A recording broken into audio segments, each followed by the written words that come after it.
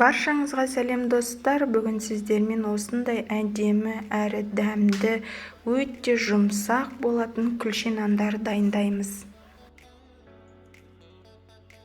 Керек заттардың барлығын осылай дайындап алдым. Онда міндетті түрде електен өткізіп алыңыздар, өйткені қамырдың көтерілуіне өз септігін тигізетін болады.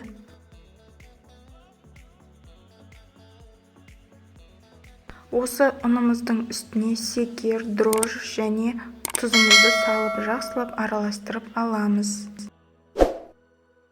Оның үстіне 1 стакан қаймағымызды саламыз. Менде майлылығы 25%. 1 жұмыртқа саламыз. Екеуін жақсылап араластырып аламыз.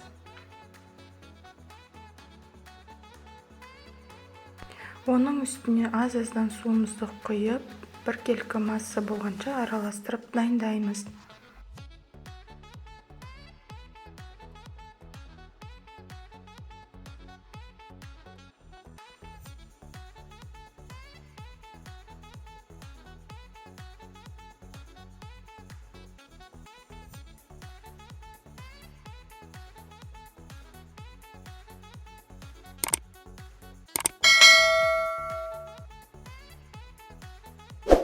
Мінекей, біздің қамырымыз дайын болды. Осының үстіне сұйық майымызды құйып, жақсылап араластырып аламыз. Қолға жабыспайтын қамыр дайын болу керек.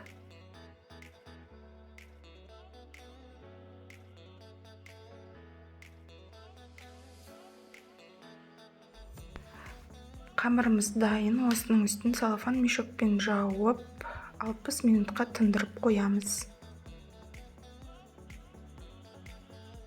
Мінекей, біздің қамырымыз көтерілді. Жұмсақ, қолға жабыспайтын қамыр дайын болды. Енді осыны бірнеше бөліктерге бөліп аламыз.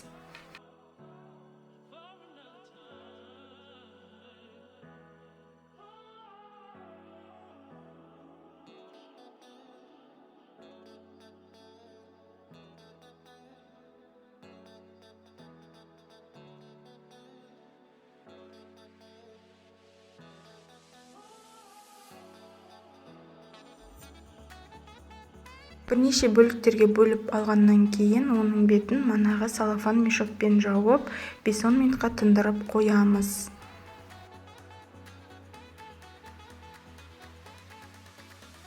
Мінекей, менде 8 бөлшек қамыр дайын болды. Енді осы қамырымыздың ортасын жұқартып, жандарын қалың күйде қалдырамыз. Әрі қарай табамызға май жағып, манағы күлше нандарды орналастырамыз. Бұған дейін біздің пешіміз 250 градуста қызып тұруы керек. Міндетті түрде қызып тұрған пешке салып пісіреміз. Табаға салынған күлше нандардың бетін жұмыртқаның сары уызын жағып, үстіне мак сеуіп аламыз. Мак сепсеңіздер де болады, немесе күнжіт сепсеңіздер де болады. Мен мак сепкенді ұнатамын, сондықтан бетіне мак сеудім. Мінекей, біздің күлше нанымыз пісті, қызарып, әп-әдемі болып шықты.